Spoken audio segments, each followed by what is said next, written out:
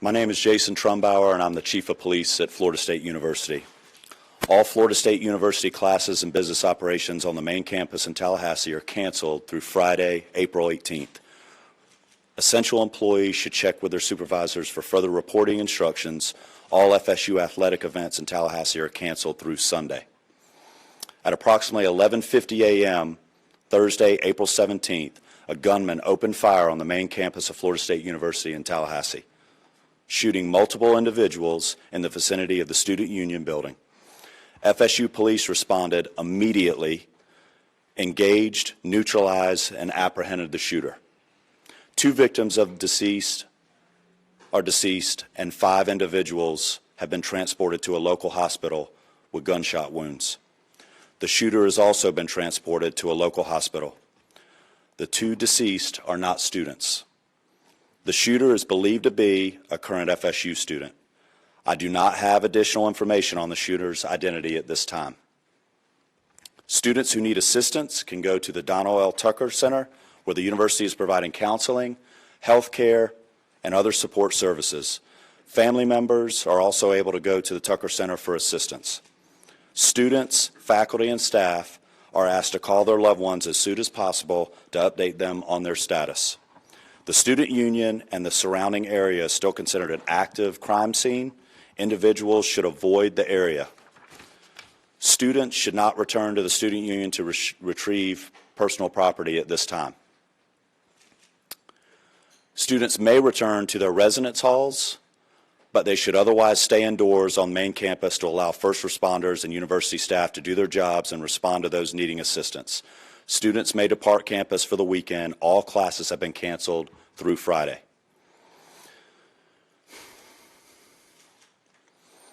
Before I turn this over to Chief Revel, I want to thank all the brave men and women of the FSU PD for responding immediately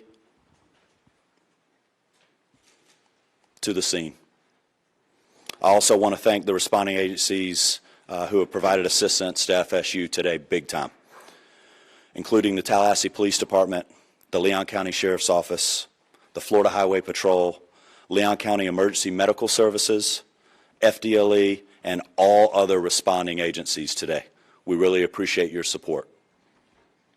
That's all the information I have at this time. We'll have additional update for you later today. Chief Revel. Good afternoon. I am Chief Revel with the Tallahassee Police Department. As the shooting occurred today, our officers, as well as every single other officer in this city and county, responded immediately to this scene. Once on scene and once we began working through what was occurring and what we were working, in consultation with FSU, Tallahassee Police Department was asked to take lead on this. So we will be the lead for this investigation in both the officer involved shooting portion of this as well as the homicide portion of this. I will come up after the last speaker and entertain just a few questions, but needless to say, we have multiple crime scenes. This is a very large area we're covering. We have thousands, hundreds or thousands of witnesses. And again, this is an active, ongoing investigation. So the information that we will be allowed to release right now may be fairly limited. I'll answer what I can at that time. But I will assure you that as soon as we can, any information that becomes available, we will make that available to you. One of the things in the process, and again, understand that this is an ongoing active investigation. So things are happening as we are standing here and as we are speaking. We have identified the shooter, obviously. He's at the hospital. So with more on that, I'm going to allow the sheriff to come up and speak on that portion of it. Thank you, Chief. As Chief Revel indicated, I'm Walt McNeil, Leon County Sheriff. First and foremost, let me express our gratitude to the responding law enforcement agencies in this community. Our citizens should feel some degree of comfort knowing that your law enforcement agencies are going to respond and do exactly what we did in this case, that is, bring the offender to justice and to make sure that we do what we can to make sure we lock him or her up. Let me say to you, This is obviously a heinous crime. Our deepest condolences go out to the FSU family, the families of the students who are here, and we understand that you all have been devastated because of this person's actions. The question as it relates to who is the shooter is 20-year-old Phoenix Ikner, and he's the son of a Leon County Sheriff deputy. Our Deputy Ikner, has been with the Leon County Sheriff's Office for over 18 years. She has a tremendous job that she's done. Her service to this community has been exceptional. Unfortunately, her son had access to one of her weapons, and that was one of the weapons that was found at the scene. And we are continuing that investigation into how that weapon was used and what other weapons perhaps he may have had access to. The alleged shooter was also a long-standing member of the Leon County Sheriff's Office Citizen Advisory or Youth Advisory Council.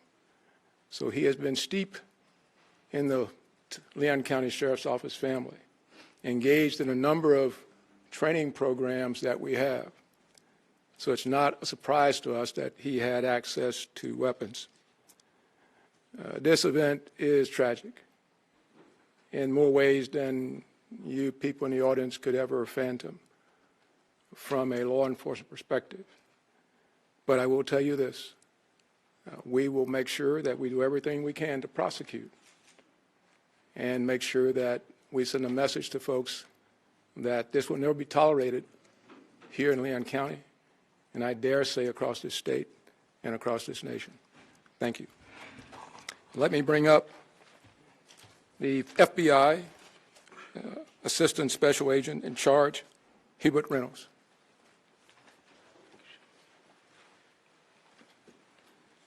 Good afternoon. My name is Hubert Reynolds, and I'm the Acting Special Agent in charge of the Jacksonville Field Office. I want to echo those standing with me what a horrific crime this is, and we stand with you fully. We have an office here in Tallahassee, and we are fully engaged with providing any resources that we can bring to bear to help with this investigation moving forward.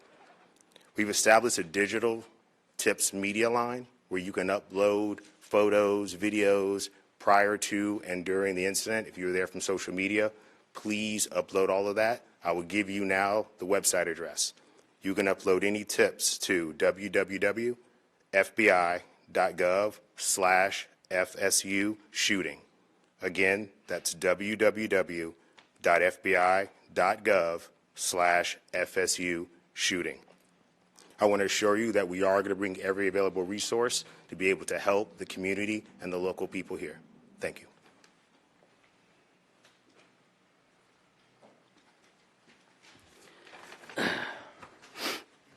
Good afternoon, everyone. I'm Richard McCullough, Rick McCullough, the president of Florida State University. This is a tragic day for Florida State University. We are absolutely heartbroken by the violence that occurred on our campus earlier today. 2 have died. 5 other innocents are being treated for their injuries. We're working to support the victims, their families, and everyone affected by this traumatic event. I just returned from the hospital where the First Lady and I met some of our students who are the victims. Our hearts go out to our students and the victims of this terrible tragedy. I have to say that our law enforcement, our FSU police officers, are absolute heroes in this regard. The call went out, someone called it in, and immediately they responded to the scene and immediately neutralized the suspect and prevented this from being a bigger tragedy.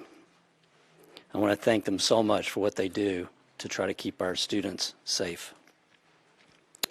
I want to thank all the law enforcement partners, FSU Police, Tallahassee Police, Leon County Sheriff's Department, Florida Highway Patrol, and the Florida Department of Law Enforcement, and all other responding agencies for their rapid and courageous response. I want to thank everybody that came out to visit with the students and to help us and to be here today for this press conference. And I appreciate so much the support that you're all providing to our university and to our students. We're fully cooperating with the investigation, and we defer to law enforcement as they continue their work. I'd also like to thank all the healthcare providers at Tallahassee Memorial Hospital that are treating and providing outstanding care to our victims. Right now, our top priority is safety and well-being for all the people and our campus. As it was said, classes are canceled. On the main campus today and tomorrow, and all FSU athletics events on Tallahassee are canceled through Sunday. We also want to tell you that counseling and psychological services are available to students, faculty, and staff, and anyone that needs that should call 850-644-2003. We're also providing support for faculty and staff through our Employee Assistance Program. And so if you need any help, please reach out. We'll continue to communicate with the campus community as we know more.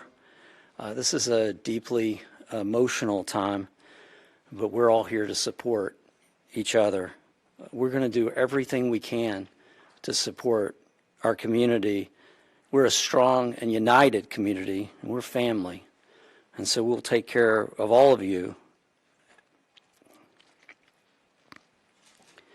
And we'll get through this together. Thank you. All right, at this time we will take a few questions. Let me just reiterate, this was a massive response, a massive response of law enforcement personnel. Our federal, state, local partners have continued to build relationships that long preceded this event, and that came into great play today in the seamless way that we all came together to work these events. But I know you'll have some specific questions. I will tell you right now, we are not going to talk about the victims other than the fact that there are 6 of them, two additional deceased, and then the suspect, so 9 total persons. 9 total persons. Yes, sir. Have you all been able to talk to the suspect at all? Any idea about motive? The suspect invoked his rights not to speak to us.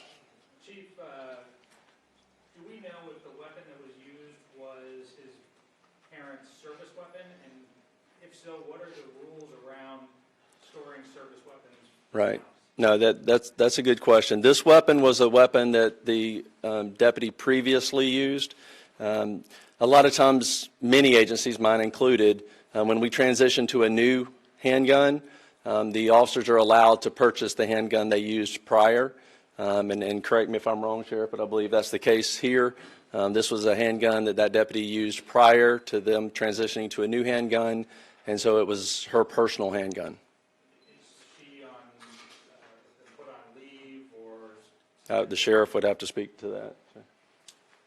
We will do a thorough investigation to look at all aspects of it. There's no cause right now that we're aware of that require her to be placed on any kind of suspension or otherwise. Yes, ma'am. We've been hearing stuff that it was a deputy who was a school resource officer. Is that true? That is correct. Yes. Chief, who was injured, who was killed, or any of those members of law enforcement? I'm sorry?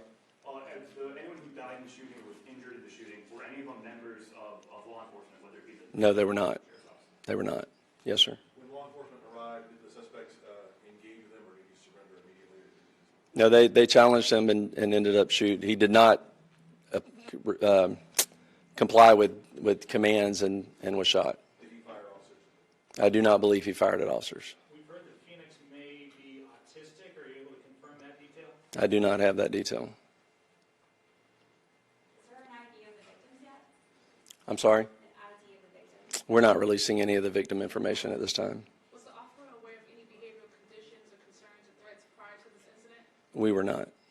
How quickly did officers arrive on scene from the 911 call to when they engaged the suspect? We will get you that information. I don't have that currently. I assume that would be a question that was asked, but I mean, it was almost immediately. that FSU, obviously this is their campus, and they patrol it very well. So they were on scene almost immediately, engaged almost immediately. And then everyone else, again, was a massive, very quick response. I know you said that the two deceased were not students. Do we know of those 5 that were injured or any of them students? Again, we're not releasing any information on the students on the victims at this point. Specifically, what firearm did you use? I'm sorry? What kind of firearm was he using? It was a handgun. What kind of handgun? I don't know what type of handgun that was. It was probably a 40. I don't know. Yeah. Chief, I heard a report that a shotgun was also recovered on campus. Was that used in the shooting? We do know that he had a shotgun with him. We have not confirmed anyone was shot with a shotgun at this point. But again, that could change again, there are hundreds and hundreds of witnesses, and as we piece all of this back together, information will come to light that we may not have at this point. So I do not believe so at this point. We'll take one more question. Will body cam footage of radio dispatch or any logs be released in the near future? I'm sorry, say again. Will there be any body cam footage or radio dispatch logs or incident reports being released anytime soon? We will work with the state attorney's office, which we always do, in pulling together all the information, all the investigative evidence from this case, and in collaboration with State Attorney Campbell, we will make that determination. Obviously, after the case is over, we will certainly, it all becomes available at that point. But as to what we can and will release at that point, like I said before, we're very open, transparent on these things. Again, the officers did an incredible job. But again, some of this is very horrific. This is a horrific incident. And so we will, again, collaborate with the state attorney's office and determine which of that evidence could be released or will not be released. But again, I'll let you know that as soon as we make that determination. So thank you all very much. Appreciate you being here. And just let me reiterate what's already been said. The collaboration between all of the agencies, the federal, the state, the local, all of our first responders, our EMS personnel, our fire department, again, just a massive response, immediate treatment to the victims that were there, the transport of them. Again, it was a very seamless response to this tragedy. And that goes to the training that we all do repeatedly, individually as agencies and together. The incident command came together very, very quickly. And again, I could not be more proud of the response and more horrified at the act. So thank you very much. Can you please just real quick verify again one more time the number of people injured and dead? Our number was 8. I heard you say 9. Sure. Total number of 9. That includes the suspect. So there are 6 victims that are injured, 2 victims that are dead, and 1 suspect. And let me just reiterate this because I'm not sure we said this. We have no reason to believe at this point that he did not act alone. So there is no further threat to our community at this point. So thank you very much.